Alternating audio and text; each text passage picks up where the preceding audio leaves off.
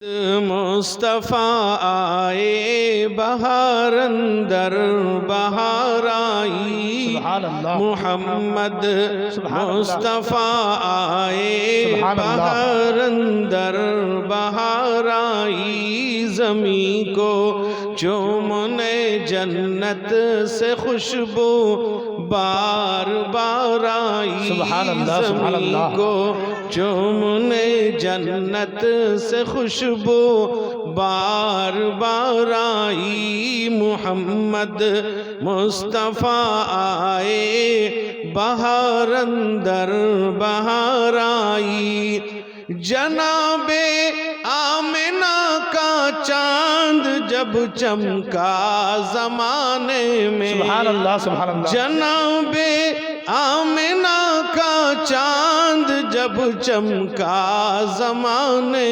میں قمر کی چاندنی قدموں پہ ہونے کو نثار آئی قمر کی چاندنی قدموں پہ ہونے کو نثار آئی محمد مصطفیٰ آئے بہار اندر بہار آئی بڑی مایوس تھی دائی حلیمہ جب گئی مکے بڑی مایوس تھی دائی حلیمہ جب گئی مکے مگر آئی تو لے کر دو جہاں کا تاج دار آئی سبحان اللہ آئی تو لے کر دو جہاں کا تاج دار آئی محمد مصطفیٰ آئے بہار اندر بہار آئی زمین کو چومنے جنت سے خوشبو بار بار آئی مبارک آمنہ تجھ کو ہوا روشن تیرا گھر ہے مبارک آمنہ تجھ کو ہوا روشن تیرا گھر ہے تیری جھولی مبارک میں نبیوں کا نبی آیا تیری جھولی مبارک میں نبیوں کا نبی آیا وہ آئے جب منادی ہو گئی سارے زمانے میں وہ آئے جب منادی ہو گئی سارے زمانے میں بہار آئی بہار آئی بہار اندر بہار آئی زمین کو چومنے جنت سے خوشبو بار بار آئی صدر محترم معزز موقر حضرات علماء کرام معزز حاضرین میرے بزرگوں بھائیوں جوانوں عزیز بچوں قابل قدر میری مائیں اور بہنیں آج آپ کا یہ ادارہ مدینۃ العلوم درگاہ بستی کا سالانہ جشن دستار بندی کا جلسہ ہے جس کے روح رواں حضرت مولانا عبداللہ صاحب قاسمی دامت برکاتہم جو بڑی محنت و لگن کے ساتھ بڑی ہمت و حوصلے کے ساتھ اس ادارے کی خدمت انجام دے رہے ہیں میرے دوستو در حقیقت آپ کی یہاں حاضری میرے بہت ہی عزیز اور کافی دنوں سے ان کا یہ رابطہ میرے ساتھ رہا کہ آپ ہمارے یہاں تشریف لائیے جناب قاری فیاض صاحب دامت برکاتہم کہ جن کی محبت مجھے یہاں تک کھینچ لائی ہے اور ایک تمنا بھی تھی کہ میرے رفیق میرے دوست اور ایک جید عالم ربانی ایک باصلاحیت عالم دین حضرت مولانا مفتی وعیز الحق صاحب قاسمی دامت برکاتہم سے ملاقات کی تمنا بھی تھی کہ یہاں آنے سے ان کے ادارے کی میں حاضری بھی ہوگی اور ان سے ملاقات بھی ہو جائے گی، اس غرض سے حاضر ہوا ہوں۔ میرے دوست، میرے بزرگوں، میں ایک بات ہر جگہ کہتا ہوں اور آپ سے بھی کہوں گا، ایک بات یہ رکھیں کہ آپ کا یہ جلسہ اور یہ پروگرام، یہ دینی مجلسیں، محفلیں دیر رات تک کرنا بند کریے۔ یہ ایک تماشا بن جاتا ہے، یہ ایک ہنگامہ ہوتا ہے، یہ کوئی جلسہ نہیں ہوا کرتا۔ لوگ جلسے کو ایک منورنجن کے طور پر لے رہے ہیں، جلسہ اس غرض سے نہیں کیا جاتا۔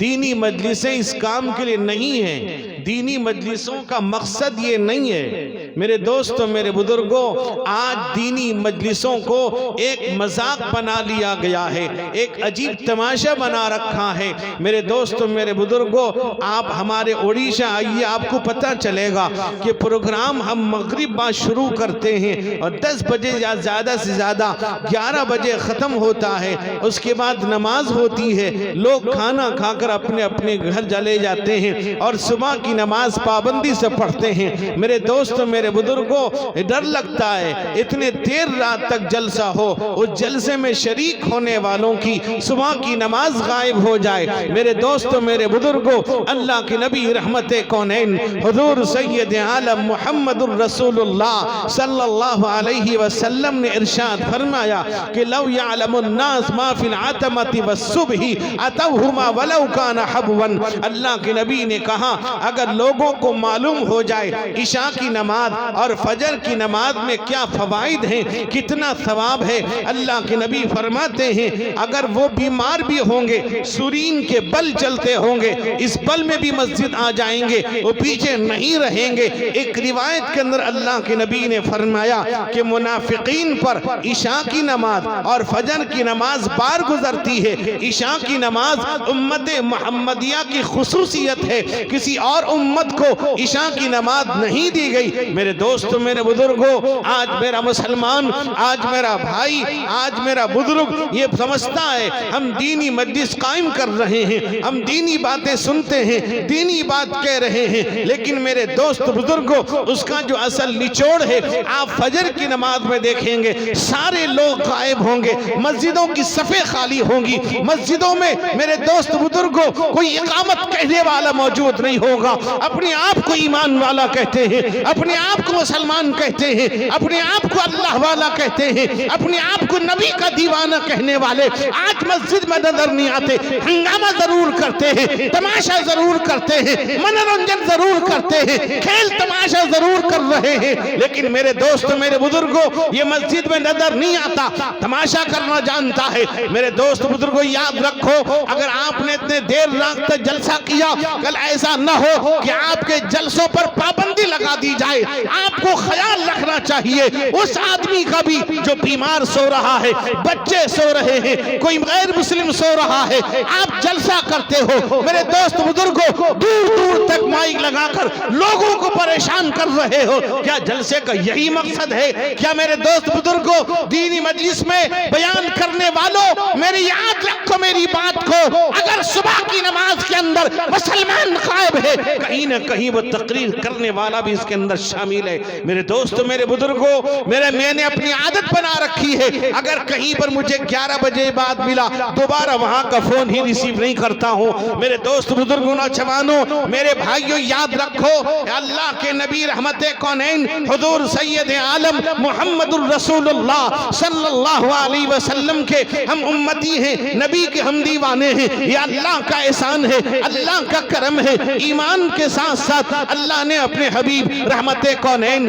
حضور سید عالم محمد الرسول اللہ صلی اللہ علیہ وسلم کی امت میں پیدا کیا۔ میرے دوست، میرے بزرگوں، وہ نبی جو سارے نبیوں کا نبی، وہ نبی جو آخری نبی، وہ نبی جو خلاصہ کائنات، وہ نبی جو اللہ کا حبیب، وہ نبی جو پوری کائنات کے نبی، وہ نبی جو انبیاء کا امام بنتا ہے، وہ نبی جس کو اللہ معراج نصیب کرتا ہے، وہ نبی جس کو اللہ اپنے قریب بلاتا ہے، وہ نبی جس کو اللہ تعالیٰ نماز نماز کا تحفہ دینے کے لیے عرش پہ بلاتا ہے۔ میرے دوستوں میرے بزرگوں، آج ہم نبی پاک کا نام لینے والے ہیں، نبی کے دیوانے ہیں، نبی پاک کا کلمہ پڑھنے والے ہیں، ہم نبی کے دیوانے بنتے ہیں۔ میرے دوستوں میرے بزرگوں، وہ صحابہ اکرام رضوان اللہ علیہم اجمعین، اللہ کے نبی کا اشارہ ہوتا، نبی کا حکم ہوتا، نبی اشارہ کرتے، صحابہ جان دینے کو تیار ہو جاتے تھے، نبی حکم دیتے، صحابہ قربان ہونے کو تیار ہو جاتے تھے۔ میرے دوستوں میرے بزرگوں میرے نوجوانوں، یاد رکھو اللہ کے حبیب رحمت کونین حضور سید عالم محمد الرسول اللہ صلی اللہ علیہ وسلم روایت میں آتا ہے، ایک صحابی ہے میرے نوجوانوں میرے بزرگوں جن کا نام تھا، میرے نوجوانوں وہ صحابی اللہ کے نبی کے صحابی ہیں، حضرت سعد و اسود کہا جاتا تھا۔ میرے دوستوں میرے بزرگوں رحمت کونین حضور سید عالم محمد الرسول اللہ صلی اللہ علیہ وسلم آپ بدر کے لیے صف کو تیار کر رہے تھے، سب سیدھی کر رہے تھے، صحابہ کو کھڑا کر رہے تھے، وہ صحابی سب سے آگے بڑھ جاتے، اللہ کے نبی ان کو اپنے نیزے سے پیچھے کرتے، پھر آپ آگے بڑھتے، جب سب سیدھی کر کے آتے دیکھتے وہ صحابی میرے دوست بزرگوں آگے کھڑے ہوئے ہیں، اللہ کے نبی پھر پیچھے ان کو کر دیتے۔ دوبارہ ایسا کیا، تیسری بار آپ تشریف لائے اور آنے کے بعد دیکھا پھر وہ صف کے آگے کھڑے ہوئے ہیں، سب سے ہٹ کر کھڑے ہیں، اللہ کے نبی نے ان کے پیٹ پہ نیزہ لگا کے ان کو صف کے ساتھ کر دیا۔ روایت میں آتا ہے وہ صحابی کہنے لگے یا رسول اللہ آپ نے مجھے اپنے نیزے سے مارا ہے، میں بدلہ لینا چاہتا ہوں۔ میرے دوست اتنا کہنا تھا، صحابہ کے اندر کھلبلی مچ جاتی ہے، اللہ کے نبی سے بدلہ لینا چاہتا ہے۔ رحمت کونین ہے حضور سید عالم محمد الرسول اللہ صلی اللہ علیہ وسلم نے فرمایا کہا کہ بدلہ مجھ سے لینا چاہتا بدلہ لے لے، آپ نے کپڑا ہٹا دیا، وہ صحابی دوڑ کے آتے ہیں، آپ سے لپٹ جاتے ہیں اور لپٹنے کے بعد کہا یا رسول اللہ اے اللہ کے حبیب اردت ان یکونا، فرمایا کہ میرا کوئی ارادہ نہیں تھا کہ ان یمسا جلدی جلدکا، اے اللہ کے نبی مجھے ایسا محسوس ہوا کہ میرا یہ آخری وقت ہے، جہاد میں شہید ہو جاؤں گا لیکن اللہ کے دربار میں حاضر ہوں گا، اللہ سے کہوں گا اے پروردگار سب سے آخری میرا عمل یہ ہے کہ میرا جسم تیرے نبی کے جسم سے لگا تھا۔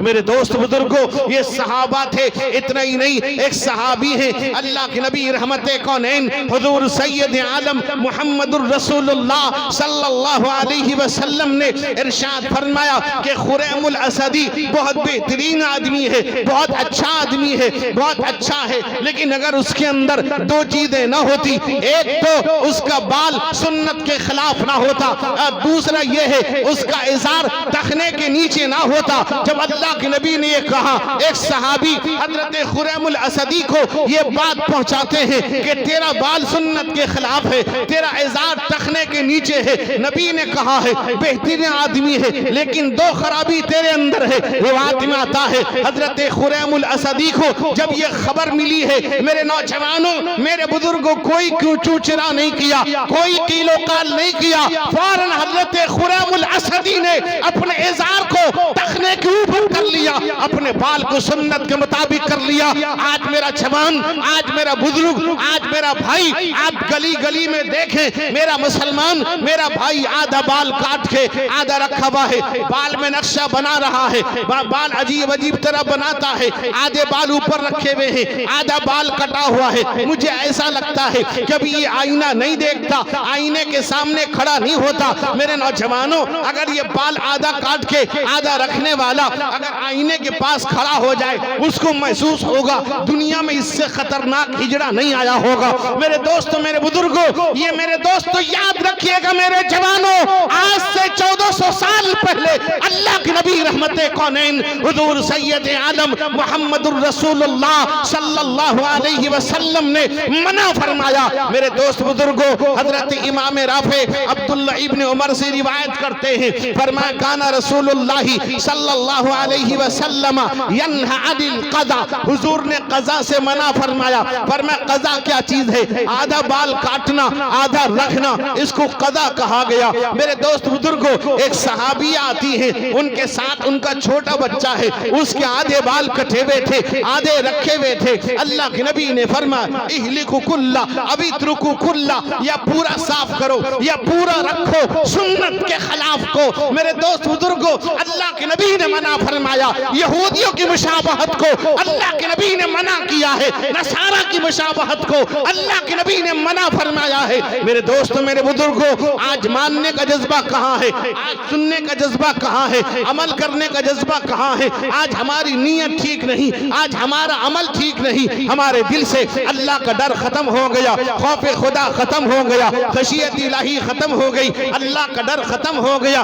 آج کتنے لوگ ہیں جو قرآن پاک کی تلاوت کرتے ہیں؟ کتنے لوگ ہیں جو قرآن پاک صحیح پڑھنا جانتے ہیں؟ کتنے لوگ ہیں جن کے گھروں میں روزانہ قرآن پاک کی تلاوت کی جاتی ہے؟ میرے دوست بزرگوں، یہ احسان ہے مدرسے والوں کا، یہ احسان ہے علماء کا، یہ احسان ہے اماموں کا۔ میرے دوست بزرگ نوجوانوں، ان علماء کا احسان ہے جو مدارس اسلامیہ کے اندر قرآن پاک کی تعلیم دیتے ہیں، حدیث کا درس دیتے ہیں۔ میرے دوست، میرے بزرگوں، قرآن پاک کو صحیح پڑھنے کا طریقہ بتلاتے ہیں۔ آج میرے دوست بزرگوں، وہ حافظ قرآن تیار کرتے ہیں۔ میرے دوست بزرگوں، جن کے سینے میں 30 پارہ قرآن محفوظ کرتے ہیں۔ اتنا ہی نہیں میرے دوست بزرگوں، آپ کو محسوس نہیں ہوتا، آپ کو احساس نہیں، یہ علماء، یہ مدارس کے اساتذہ کتنی محنت کے بعد ان طالب علموں کے دلوں میں قرآن کو محفوظ کرتے ہیں۔ آج بہت سے لوگ کہہ دیا کرتے ہیں کہ مدارس میں لوگ ان بچوں کو بھیجتے ہیں جو کسی قابل نہیں ہے، ان بچوں کو بھیجتے ہیں جو لنگڑے لولے ہیں، ان بچوں کو بھیجتے ہیں جو جاہل جپٹ ہیں، ان بچوں کو بھیجتے ہیں جو جاہلوں کے بچے ہیں، ان بچوں کو بھیجتے ہیں رکشہ چلانے والے کے بچے ہیں۔ میرے جوانوں، میری ایک بات یاد رکھیے گا، میں یہ کہا کرتا ہوں، مدرسے میں وہی بچہ آتا ہے جس بچے کے بارے میں اللہ نے فیصلہ کیا ہے، اللہ نے فیصلہ کیا، ان کے ماں باپ کے دل میں اللہ ڈالتا ہے، اس کے سینے میں میرا کلام رہے گا، اس کے سینے میں میرے حبیب کی حدیث رہے گی، اس کے سینے میں میرا کلام محفوظ رہے گا۔ اللہ انتخاب کرتا ہے۔ تم کیا کہتے ہو؟ ان بچوں کو تم معمولی سمجھتے ہو، شرم آنی چاہیے۔ میرے مسلمانوں، یاد رکھو، ان بچوں کا احسان، ان مدارس والوں کا احسان آپ کبھی بھی پوری زندگی چکا نہیں سکتے۔ میرے دوست، یہ اللہ کا کلام پڑھتے ہیں، میرے دوست، قرآن سے ہمارا کوئی تعلق نہیں۔ اللہ فرماتے ان فی ذالک لذکریٰ لمن کان لہ قلب او القی السمع وہو شہید۔ اللہ کہتا ہے اس قرآن میں ایسی نصیحت ہے جس کے پاس سیقل و فہم ہوگا، دل و دماغ ہوگا۔ میرے دوستوں، میرے بزرگوں، یہاں مفسرین قلب سے عقل مراد لیتے ہیں۔ وہ قرآن پاک کو سمجھے گا، وہ قرآن پاک کو پڑھے گا، وہ قرآن پاک پر عمل کرے گا۔ لیکن آج حال یہ ہے، اللہ فرماتے ہیں افلا یتدبرون القرآن ام علی قلوب اقفالها۔ اللہ کہتے ہیں یا تو یہ قرآن کو سمجھنے کو تیار نہیں، یا اس کے دل پر تالا لگ گیا ہے،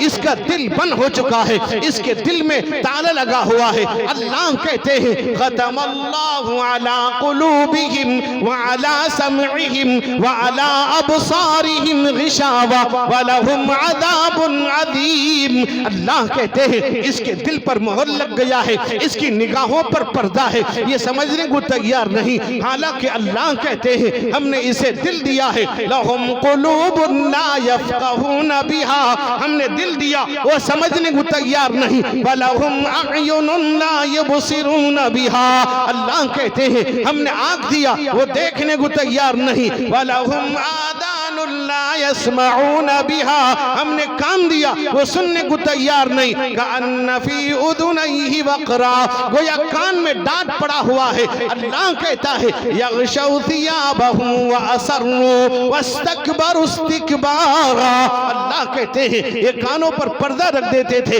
ایک صحابی ہے حضرت طفیل دوسی رضی اللہ عنہ، اپنے کان کو پہ کپڑا ٹھوس لیا کرتے تھے تاکہ محمد الرسول اللہ سے قرآن نہ سنے، محمد کی زبان سے قرآن نہ سنے۔ میرے دوست بزرگوں، کبھی اعلان کرتا تھا، کبھی نضر بن حارث اعلان کرتا تھا وَقَالَ الَّذِينَ الذین کفروا لا تسمعوا لهذا القرآن والغوا فیہ لعلکم تغلبون.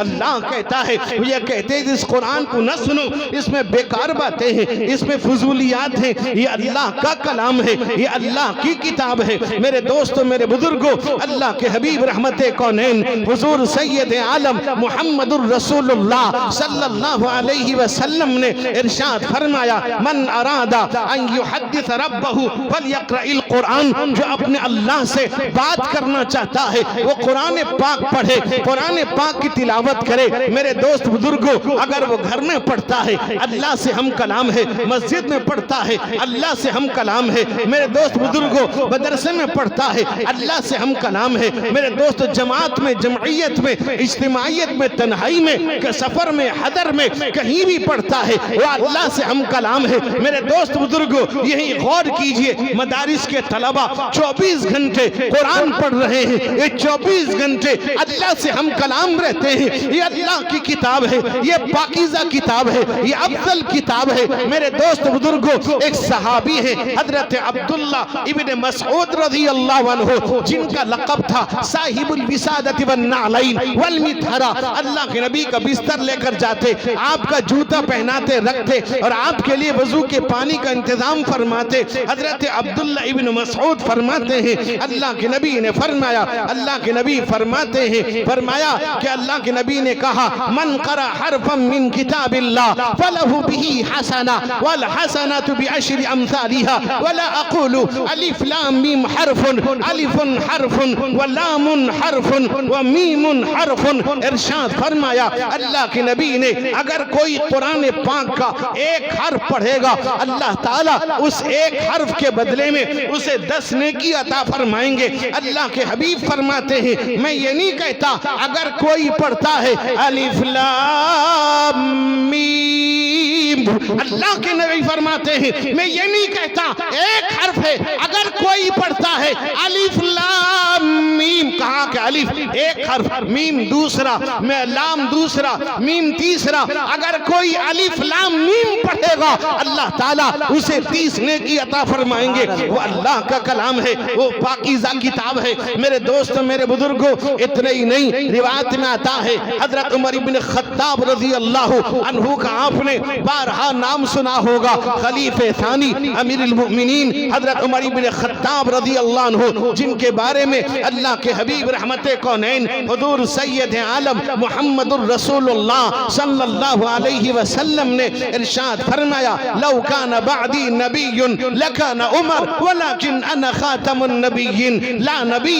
بعدی. اللہ کے نبی کہتے ہیں اگر میرے بعد اگر کوئی نبی ہوتا، وہ قوت، وہ جوہر، وہ قابلیت، وہ صلاحیت اگر کسی کے اندر تھی وہ عمر تھا. میرے دوست بزرگوں، آپ فرماتے ہیں میں آخری نبی ہوں، میرے بعد کوئی نبی نہیں آئے گا، آپ آخری نبی، آپ سارے نبیوں کے نبی، آپ کے بعد نہ کوئی نبی آیا نہ آ سکتا ہے نہ آئے گا. جو دعویٰ کرتا ہے وہ جھوٹا ہے، مکار ہے، فریبی ہے. اللہ کے نبی نے فرمایا ان الرسالۃ والنبوۃ قد انقطعت فلا رسول بعدی ولا نبوہ. اللہ کے نبی نے کہا رسالت، نبوت مجھ پر ختم کر دی گئی، نہ میرے بعد کوئی رسول ہے نہ میرے بعد کوئی نبی ہے. اللہ فرماتے ما کان محمد ابا احد من رجالکم ولکن رسول اللہ وخاتم النبیین وکان اللہ بکل شیء علیما.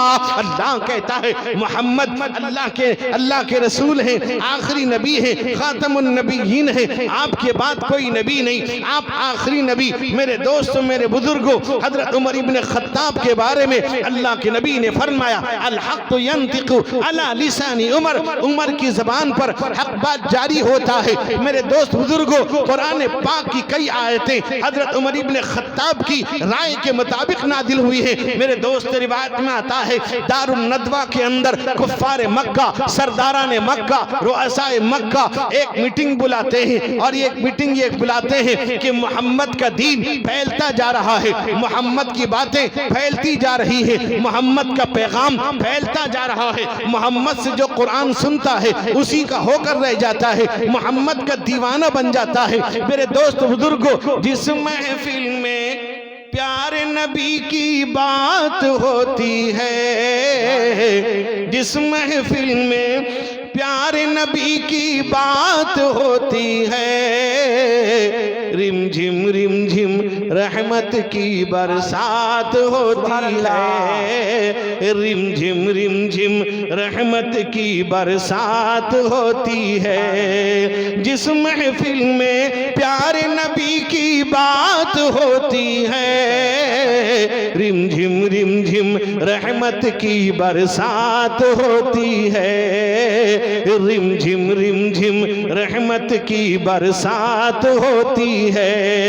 تنہا نہیں جاتا ہوں کبھی بھی ان کی زیارت کو, تنہا نہیں جاتا ہوں کبھی بھی ان کی زیارت کو, سنگ میرے ارمانوں کی بارات ہوتی ہے, رم جھم رحمت کی برسات ہوتی ہے. دوست بزرگ نوجوانوں, دارالندوہ میں یہ فیصلہ ہوتا ہے اب محمد کا کیا کیا جائے. سارے لوگ تدبیر بتاتے ہیں. ابو جہل یہ کہتا ہے کہ سارے قبیلے والے ایک ساتھ محمد پر حملہ کر دیں گے, کسی ایک قبیلے پر میں الزام نہیں آئے گا. میرے دوست بزرگوں, اسی وقت میں عمر ابن خطاب, میرے دوست بزرگوں جو بہادر تھا, میرے دوست بزرگوں جو پہلوان تھا, ابھی ایمان نہیں لایا ہے, جن کے بارے میں حدیث میں آتا ہے, الاصابہ کے اندر لکھا ہے, اللہ کے نبی نے ایک دفعہ غلاف